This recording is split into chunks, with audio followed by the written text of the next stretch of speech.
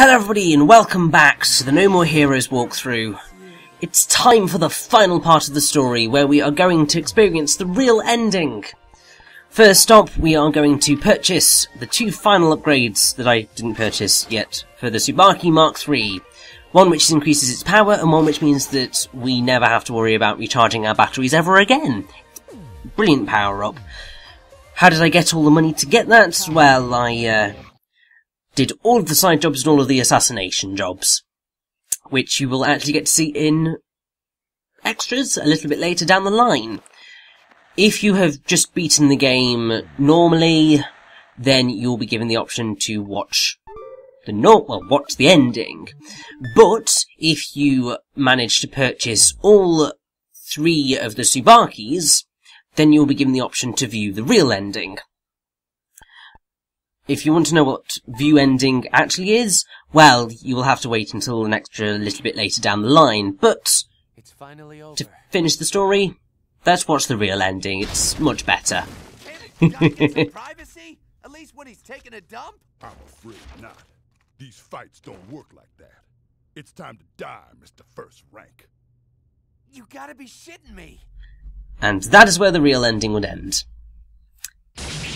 Yeah, it's that annoying bit. The real ending goes a little bit further than that. Up with that.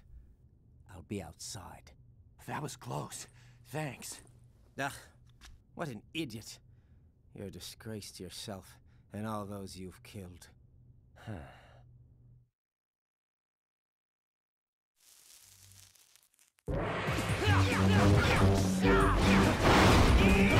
And so, we begin our fight against Henry. I don't know whether they stated his name before this, I think they did. Yes, they did. And Henry is actually our final boss. And it's amazing. He's much more violent than Jean was, but thankfully you can dark step in and beat him up, and that's actually going to be your saving grace for this. He also has one of the most glorious one-hit kill attacks ever. It's amazing. So, yeah, I have a lot of love for Henry. He's incredibly difficult, and if you're playing on bitter mode, aka the hardest difficulty mode, then oh my good god, he has a lot of health. I think it's something like 900 hits. So, yeah, you could be at this fight for ages. I seem to recall trying to fight him, well, when I fought him the first time, it took me hours. Because I just couldn't keep up, it was ridiculous. Now, Henry is voiced by Quentin Flynn, who you should recognise. He's very prolific. But most specifically as Raiden in the Metal Gear series, Hua in La Pucelle Tactics, Axel in the Kingdom Hearts series, Reno in Final Fantasy VII and its sequels, Nyefi in 99 Nights, obviously Henry here. He's also the current voice of Silver the Hedgehog, and has obviously done a ridiculous amount of other stuff as well, like Iruka, Umino and Deidara in Naruto, although only for one episode apparently. Kon in Bleach.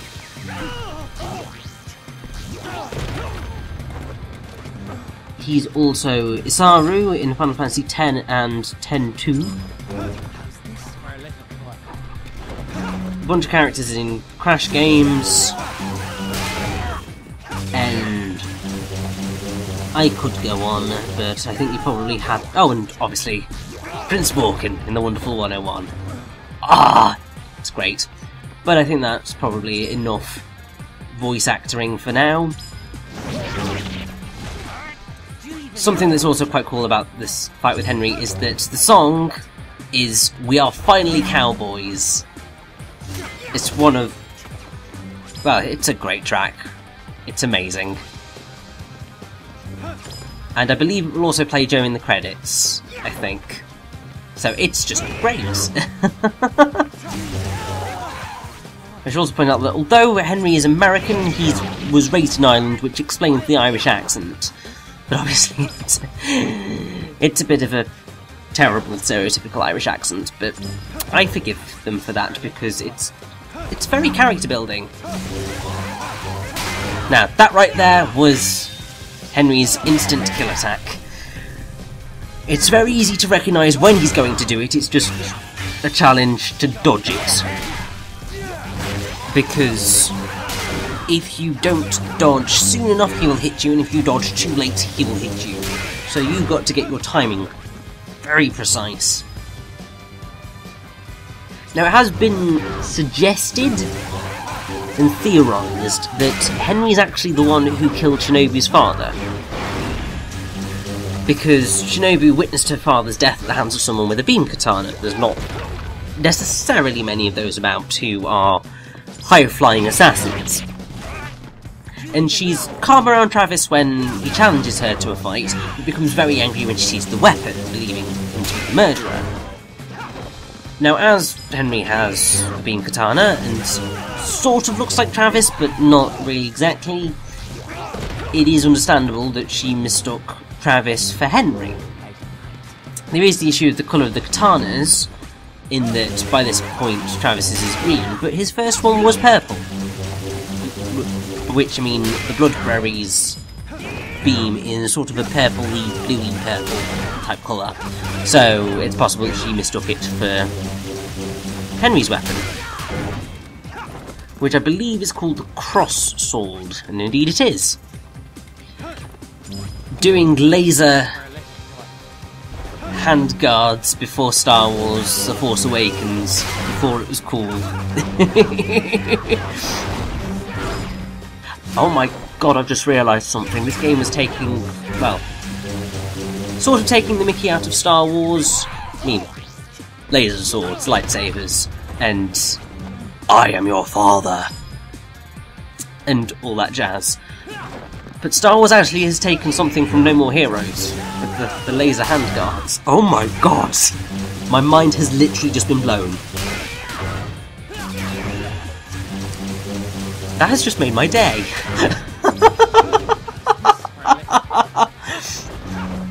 That really has seriously made my day.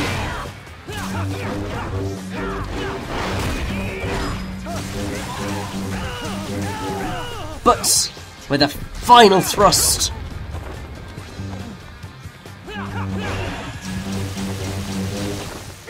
Henry is defeated. And now we get one of the most awesome ending cutscenes in a game ever. Damn it! Love it to pieces. Don't make me laugh. Mind if I ask you something? Sure. Why the hell do you call me Travis? Travis, like you're my friend or something. Who the fuck do you think you are? You can't be serious. All this time you didn't realize. What are you talking about? I'm your twin brother. What the hell? That's the craziest shit I've ever heard. Why would you bring up something like that at the very last minute of the game? I would have thought you as a player would have at least expected a twist of fate of some kind. What? And hey, where's Sylvia anyway? She disappeared without a trace. Where the hell is she? You mean my wife? What? Wife? Yes, you know. Spouse, soulmate, Henry's wife. Get the idea? When did you two get married? Oh, about 10 years ago. Yeah, that's right. Because we were both in college at the time. Oh, shit! All news to me. I'm gonna need shock treatment to get over this one. I'm sorry for all the trouble my wife has caused you. Forgive her. She caused me some trouble, all right, but it helped me clear up a lot of things. Ah, you know how women are. Especially my wife. A really big spender. Yeah, she knew my income wasn't enough, so every now and then she'd just disappear. She's a bad wife, but a good woman. What? Are you telling me that you and her... Oh, come on. But Travis, my brother, we're similar in many ways. You're right. Suddenly you being my brother doesn't sound so awkward. Let me ask you, how do you plan to put an end to all of this? Wait a sec.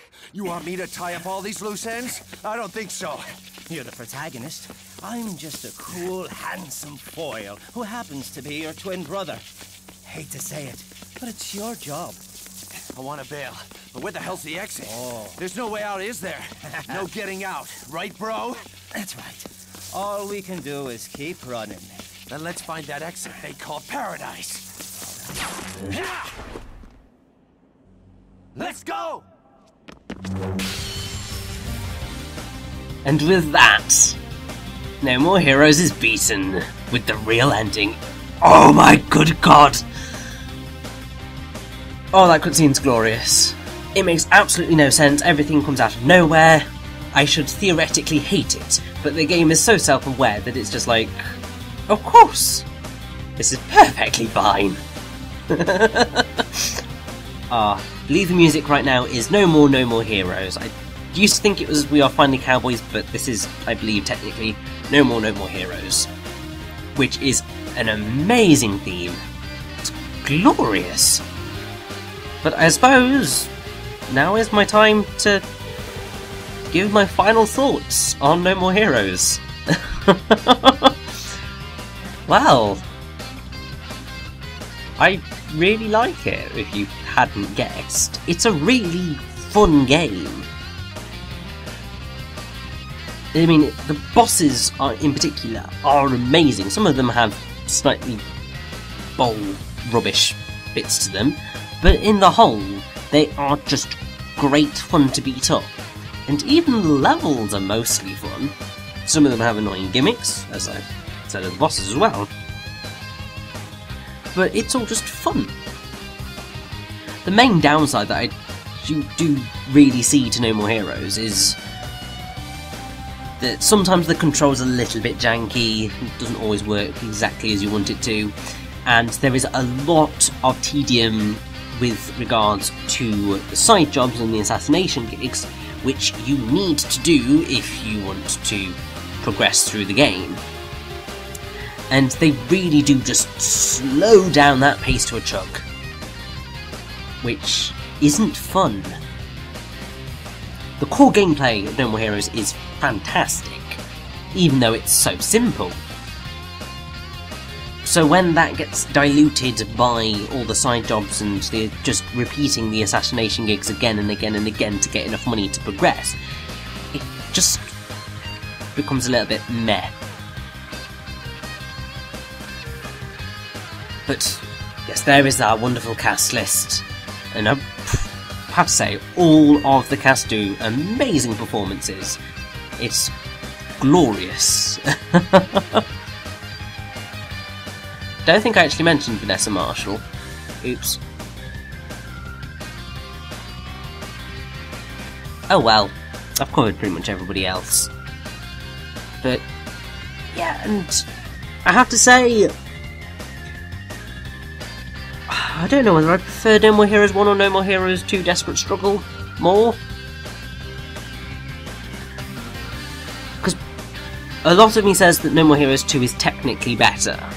It looks better, it plays better. There are some absolutely phenomenal bosses in that game. It's just that it begins to take itself very, very, very seriously, and part of the charm of this original game was that it seriously didn't. It takes the piss out of itself at every opportunity. And also it has just such a wonderfully bonkers final act that nothing can quite top.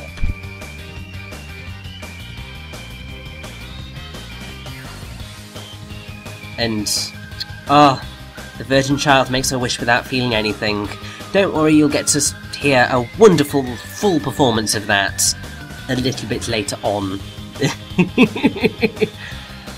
But I guess that all that's left to say is stick around for the stinger, and I hope you will all join me in the extras. There's quite a few, but I hope I hope you'll join me for them, and I hope you've enjoyed watching the No More Heroes walkthrough.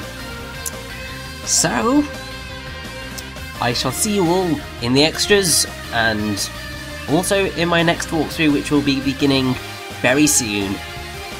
See you then.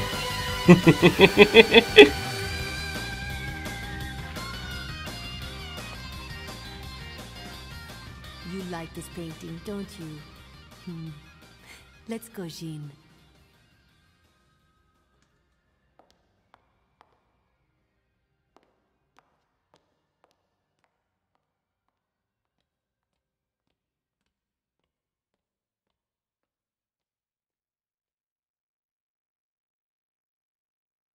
I know. Too bad there won't be a sequel.